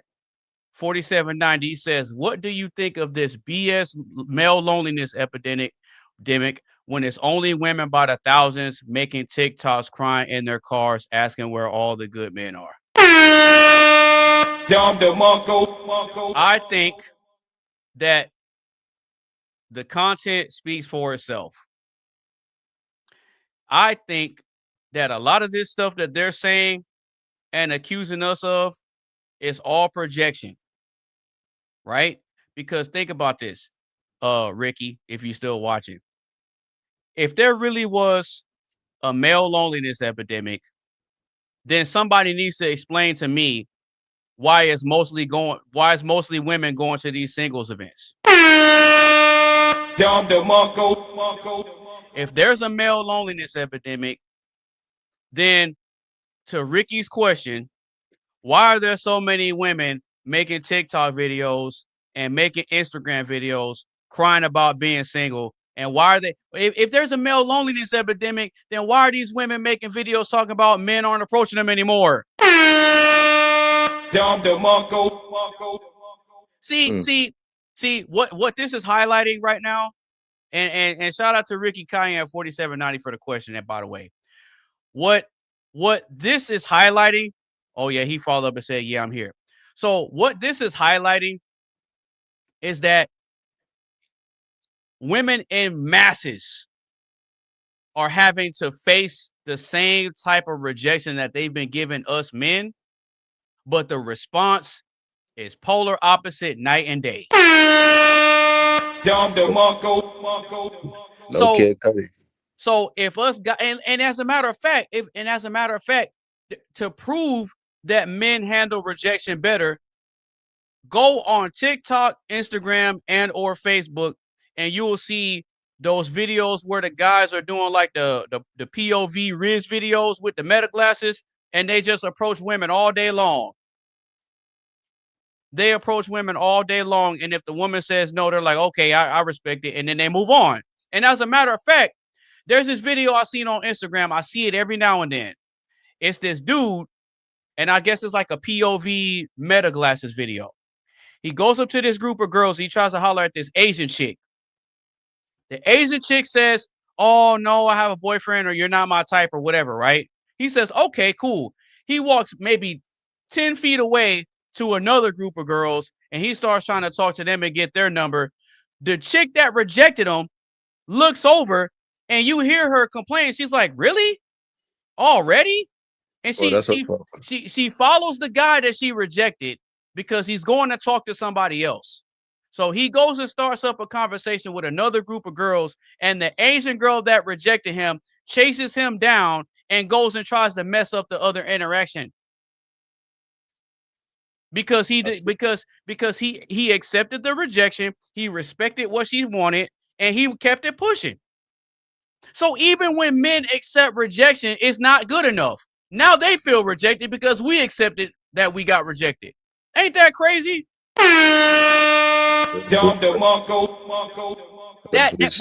Bro, that is wild. That is wild to me. So you could just imagine how it really is out here, especially these chicks that are 30 plus that hit the wall, bro. A lot of these chicks that are 30 plus that hit the wall, that be making the videos in their car talking about, yeah, you know, I went on a date with this dude, and he expected me to come back to his place. And it's like, okay. It's because the men are having a better understanding of what's going on now, and it's easy for them to decipher between a chick that's worth the investment versus a chick that's worth pumping and dumping. It's the women that are having trouble with that delineation, because in their mind, all of them are worthy of their Prince Charming, but the reality shows them something else. And that's a form of rejection that it's going to take them quite a while to accept. We got Two Real Music in the chat. He says Big Facts 100. And we got Ricky Cayenne 4790's back. He says feminist women told men to leave us alone, and men listen. That is 100% a fact. Shout out to you, man. Bang, bang, bang. All right. So, Mr. Tizzle, do you have any other opinions, thoughts, feedback that you want to add to this question? No, sir. Not that I know of. I do got a special announcement though, for sure. Okay, cool. You can go ahead and make it right now, because then after that, I'm gonna go ahead and introduce next week's topic, get the final thoughts, and then we're gonna get up out of here. So go ahead, bro. You got it. Yeah, I will be working on another Def Jam 5 for New York video, customized Tupac on that bitch. Oh, okay. I'm gonna make it sound like him and all that. I'm probably gonna change the dialogue in there a little bit to kind of make it sound like some shit he'll say. Kind of like the same I did with the Biggie one I did years ago. I ain't gonna lie. That one was fun as hell doing, no bullshit. Like I took my time and then figure out how I was gonna do that. Okay. So is there like a set date or a time frame that the people can be expecting it? Because we got people watching, man. So the people want to know. You ain't lying. Give me probably like to the 24th or 25th. Once I take the time and all that, I'm definitely gonna the 24th or the 25th of August. Yep. Oh, that's Virgo season right around the corner. Shout out to us. If it's done around that time, that'll be right in time for Coley's birthday. Because Coley D's birthday is on the 28th. Better say less. Yeah, he'll definitely fuck with that day. He'll fuck with that. Yep. Sure. Coley D's birthday. Shout out to him. He's probably busy, but yeah, big shout out to Coley D. Yeah, his birthday is August 28th. and then maybe not even a week after that, my birthday's on the 6th of September. That's cool as shit. Yes, sir. Yes, sir. So it sounds like to me that you specifically planned that time because you knew it was around the time of our birthdays. So you know what? I gotta give you a shout out for that. I mean, shit, it is Virgo season. That is true. Yes, sir. Yes, sir. All right. Well, hey, that's what's up, man. That's what's up, man. Well, I mean, if you don't have anything else, then I'll go ahead and introduce next week's topic, and then we can go ahead and do final thoughts on the show and get up out of here. This is actually going to be one of my shortest shows because the shows typically go on for, a minimum of like a few hours at a time. Ain't lying. Mm-hmm. All right. So with that being said, we're gonna go ahead and introduce next week's topic. And next week's topic is we got the potluck show coming back. So for those of you who are regulars on the show, you know about the potluck show. But for the new viewers that are just now tuning in, and if it's your first time here, big shout out to y'all. But we have a potluck show that we do. And the potluck show is an open panel discussion show where there is no set topic. I don't come up with a topic beforehand. I let the panelists, every single panelist that comes up here, you get to come up with a question or a topic that you want to discuss on the panel. And then everybody submits their topics and questions to me. And then I present the topics and the questions throughout the show. We give our thoughts and opinions on the questions. And then we let the panel try to guess who the topic or the question came from.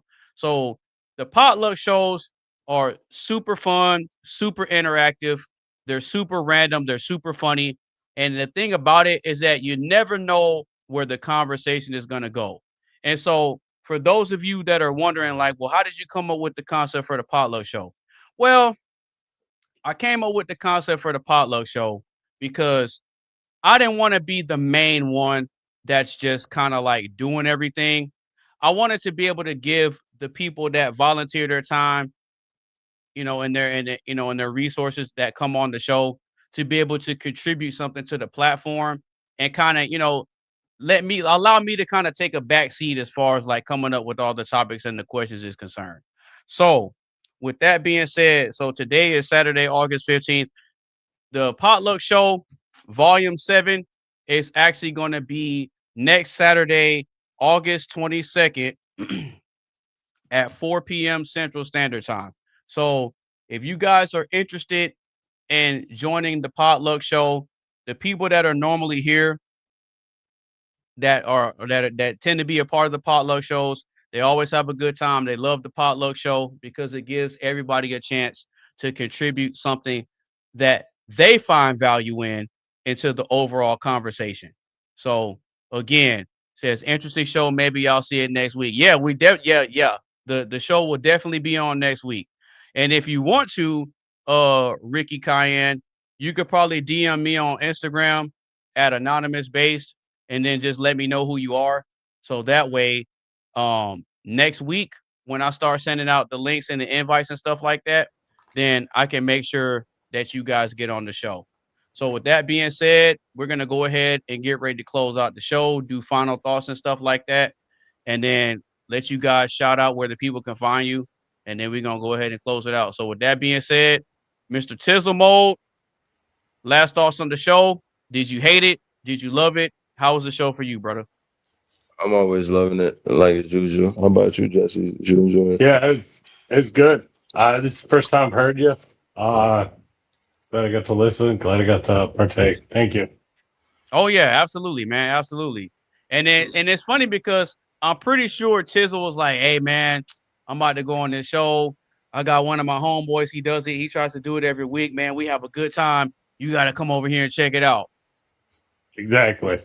So, okay, so then let me ask you a question. So, as a first-time guest on the show, did the show exceed your expectations, or was it subpar in your opinion? And you can be honest. I know how to handle rejection. It's something I'm going to listen to. Yeah, I can definitely handle some rejection. I only heard one topic, and I'm not turned off from it. I'm just, I gotta hear more stuff.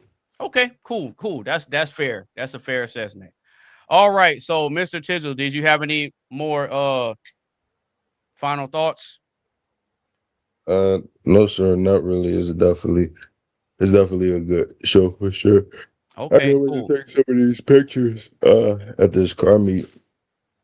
What's how we going? Whatever. Okay. Mhm. Yeah, All right, so we got a couple. Yeah, we got a couple more chats that just came in. We got Two Real Music. I'm definitely gonna try to make that one. I'm just getting back home. Okay, cool. So I know who you are on Facebook because you sent me a friend request on Facebook a little while back. So what you got to do if you want to be on the Potluck Show, if you want to participate in the Potluck Show, this is what you got to do. You have to inbox me a question or a topic. It could be about anything. Any random question that you come up with or a topic that you want the panel to talk about, and then I will incorporate that into the show. That way, everybody that shows up, we could all participate, and then we can engage in your topic. That's what everybody does on the Potluck Show. So yeah, I'm definitely down to have you on the Potluck Show. And he comes back again and says, "W Show." Hey man, shout out to you, man. Shout out to the new viewers and the new supporters. All right, so Mr. Mark Fowler, I know you were kind of in and out. I see you look like you got a Bud Ice can, and you were over there taking drags of the fag. So, what are your final thoughts on the show, man? Did you hate it? Did you love it? How was it for you, man? Dude, I know exactly what you're talking about. Yeah, so look, the reason I was in and out is because I got a brand new mobile phone. I got these two phones now, yeah. all right, Kevin Gates. Yeah, and basically, I got myself, what do you call it, like restricted because like it thought that some scammer was trying to log into all of my devices, even though I had a new device, so I had to change all my passwords and stuff. So I was struggling. Yeah, hey, if you had an iPhone, you wouldn't have to deal with all that. No. Well, it's not even that. I could have done it the easy way.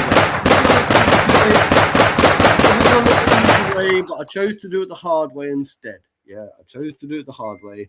I just didn't import everything. I was just like, no, I wanted to keep self-autonomy. I should just allow the technology to do its thing. Anyway, going back to, I know you're trying to wrap up. Go ahead. No, go ahead. Take your time, bro. So I think your whole thing, like I was listening in the background. I think your whole thing about rejection being a superpower. I think you're onto a point to a degree, but I think also with great power comes great responsibility. Shout out to Uncle Ben. Yeah, and when it comes to rejecting people, I think that sometimes those who see themselves as being like having more worthiness or more value than they actually have can kid themselves into going, oh, I'm just going to reject everyone, or be selective. I think we have to pick and choose wisely who we're rejecting, why we're rejecting them, and what for.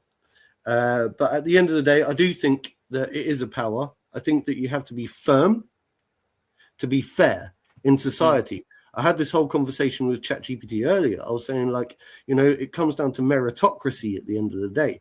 Like, if we look at the employment side of things, we should not be employing people based on things like DEI, in my humble opinion. We should be looking at the skills that people have to bring to the table. And if that means being hard and rejecting people for the sake of the company and the business, then yes, we should be fully allowed to do that, for the betterment of not just us and the company, but for the betterment of them as well. Because sometimes rejecting people does them a favor. It actually serves them, like if you take on someone. Yeah. Anyway, so I'm in agreement with what you're saying about it can be a superpower. It can be. But I think rejection sometimes is misused by people that don't understand how to, let's say, use it or channel that in the right direction. Hey, I fully agree, and that makes perfect sense. I fully agree with that. Sweet.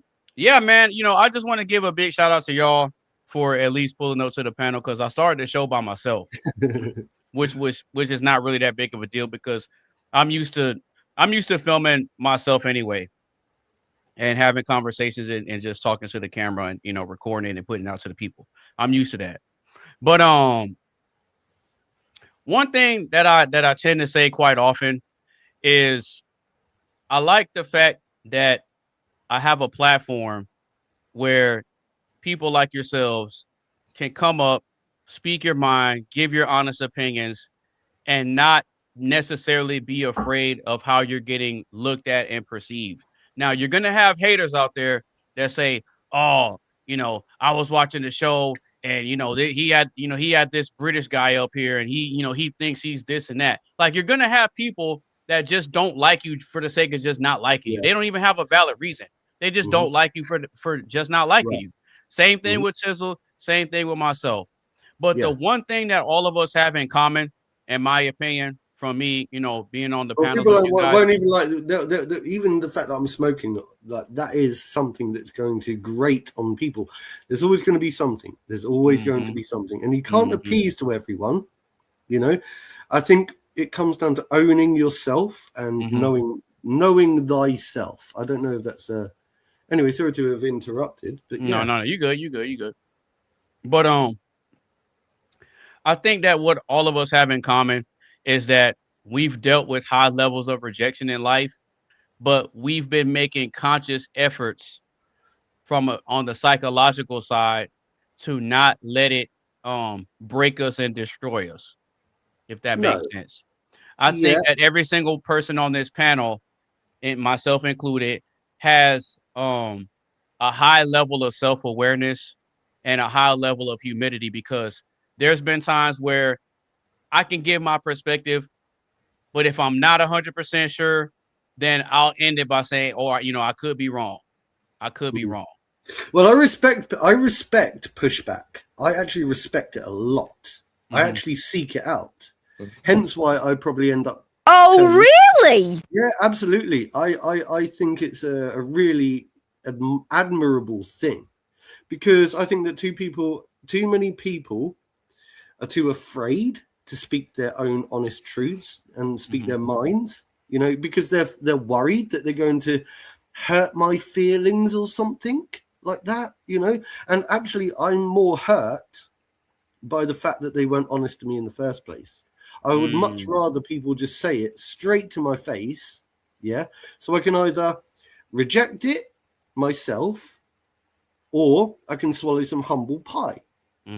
Either way, I need to know what people are thinking and what people are feeling in order for me to understand what other people's opinions are.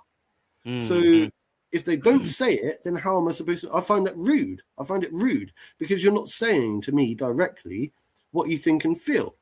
And I find that pussy hole behavior. Sorry for my language.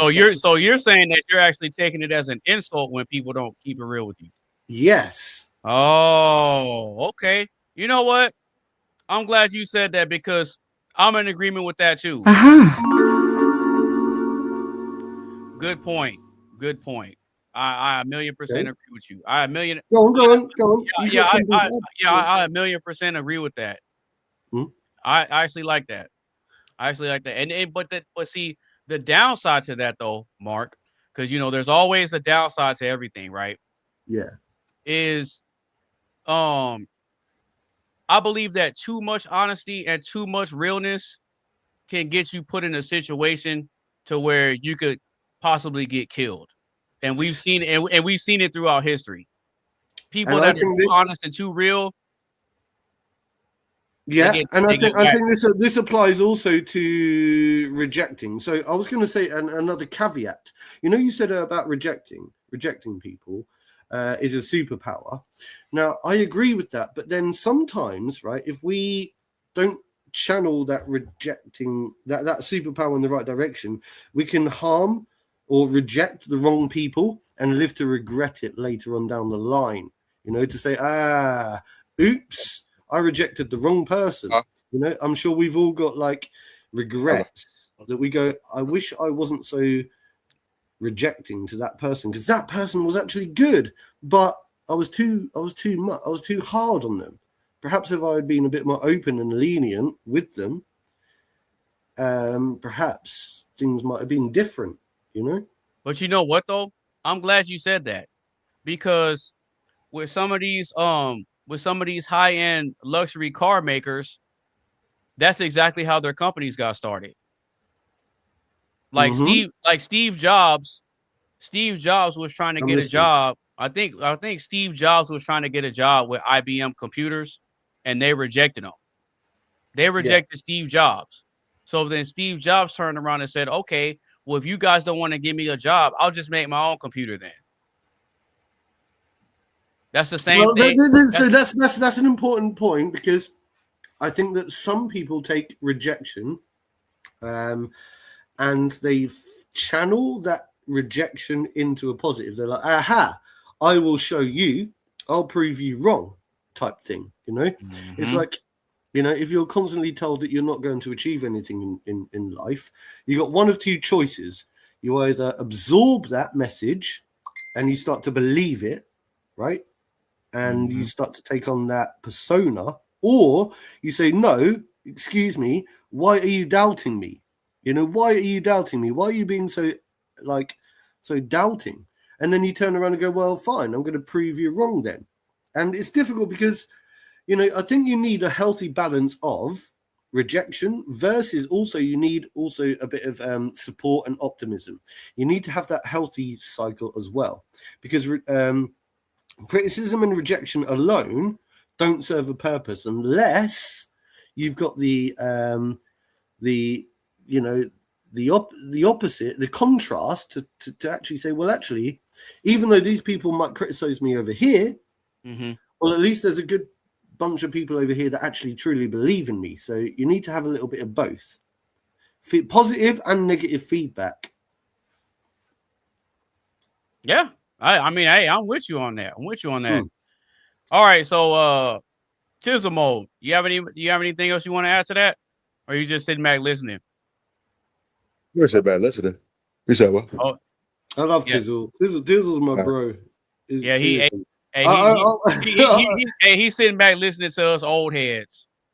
Nah, I wouldn't call it like that. Come on, why you gotta put me on blast like that? Goddamn. I'm just messing with you, man. I'm just messing with you. All right. So with that being said, Tizzle, where can the people find you, brother?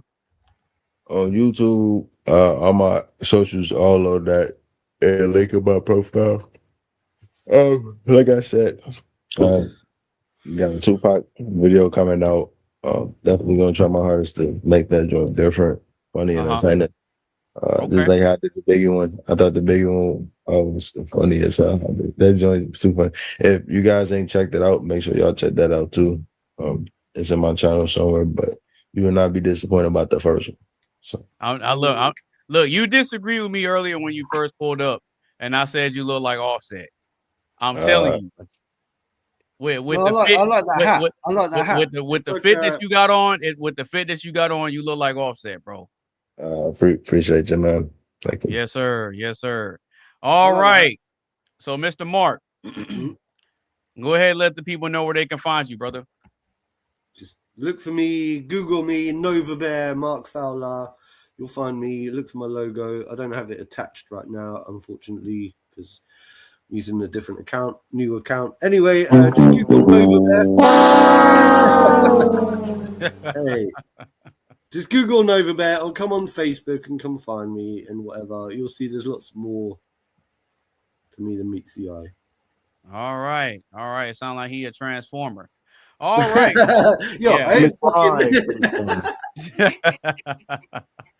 Robots roll out. Yo, don't do me like that right at the end. Don't do me like that right at the end. Yeah, it sounds like he a transformer. And I fuck with Transformers. Transformers heat. Especially the Michael Bay ones. We'll see. All right. So with that being said, remember, We're going to be doing the potluck show next week, Saturday, August 22nd at 4 p.m. Central Standard Time. So nobody else has any other thoughts and opinions and perspectives or things that they want to shout out, then we're going to go ahead and close it out. Y'all good? Mm-hmm. Sure. All right. We'll be seeing y'all next week then. Yes, All sir. right. All right. Y'all take it easy, man. Peace. Yes, sir. You too, bro.